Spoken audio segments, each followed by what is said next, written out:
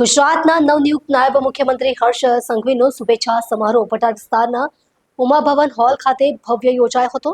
ઓરવિલ યુવક મંડળ અને પૂનમ નહેર યુવક મંડળ દ્વારા આયોજિત આ કાર્યક્રમમાં મોટી સંખ્યામાં કાર્યકર્તાઓ ઉપસ્થિત રહ્યા હતા. ઓરવિલ યુવક મંડળ અને પૂનમ નહેર યુવક મંડળ દ્વારા આયોજિત આ કાર્યક્રમમાં મોટી સંખ્યામાં કાર્યકર્તાઓ ઉપસ્થિત રહ્યા હતા.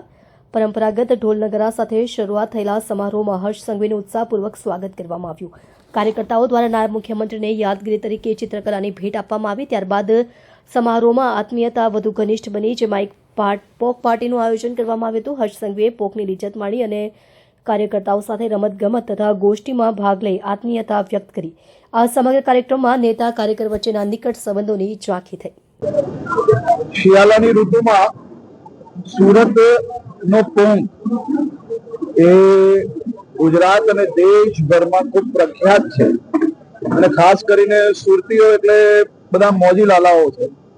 શનિ રવિવારે પરિવાર જોડે, મિત્ર મંડળ જોડે વર્ષો પહેલા સુરતમાં અડાજણ વિસ્તારમાં પોંક પાર્ટી લાગતી હતી, જ્યાં હજારો લાખો લોકો પોતપોતાના પરિવાર જોડે પોંક ખાવા માટે ખાસ કરીને જતા હતા.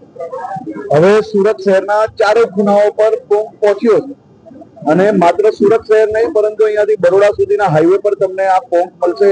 આ પોંક એ દેશમાં બીજા કોઈ સ્થાન પર તમને આટલો સરસ પોંક નથી મળતો. એટલે પોંક માત્ર સુરતમાં નહીં પરંતુ દેશ સુધી પહોંચ્યો ને તો વિદેશમાં બી ખૂબ મોટા પાયે એક્સપોર્ટ થાય છે. તો મારા બધા વિસ્તારના મિત્રો જોડે હું વર્ષોથી આજ ભટારના ઓરોવિલ સર્કલ પર દર વર્ષે આ સિઝનમાં મારા મિત્રો જોડે ત્યાં ચાર રસ્તા પર બેસીને પોંક અને પોંક વડા ખાવાની અમારી પરંપરા રહી છે અને એ પરંપરાને આગળ વધારતા આજે ફરી આ બધા મિત્રો જોડે, કાર્યકર્તાઓ જોડે, હોદ્દેદારો જોડે, બધા જ જોડે આજે સાથે મળીને પોંક ખાધો. એમ કહેવાય છે કે પોંક ક્યારે એકલા ખાવાનો આનંદ નથી આવતો. પોંક જ્યારે તમારા મિત્રો જોડે, તમારા પરિવારજન જોડે અને ખાસ કરીને પોંક ક્યારેય પોતે બધા અલગ અલગ પોતપોતાની થાળીમાં નથી ભરતા હોતા, બધા જ લોકો સાથે મળીને ખાતા હોય છે અને આનાથી પ્રેમ, લાગણી આ બધું જ વધતું હોય છે. તો આ પોંકનો સ્વાદ જે છે એ તમામ લોકોએ આ સિઝન દરમિયાન લેવો જોઈએ, કારણ કે આ મર્યાદિત સમય સુધી મળતો હોય છે. પછી પોંકની સિઝન પૂર્ણ થયા પછી આખું વર્ષ પોંક માટે લોકો રાહ જોતા હોય છે. એટલે તમામ લોકો સુરતમાં પધારો અને આ પોંકનો આનંદ લો, પોંક ખાઓ.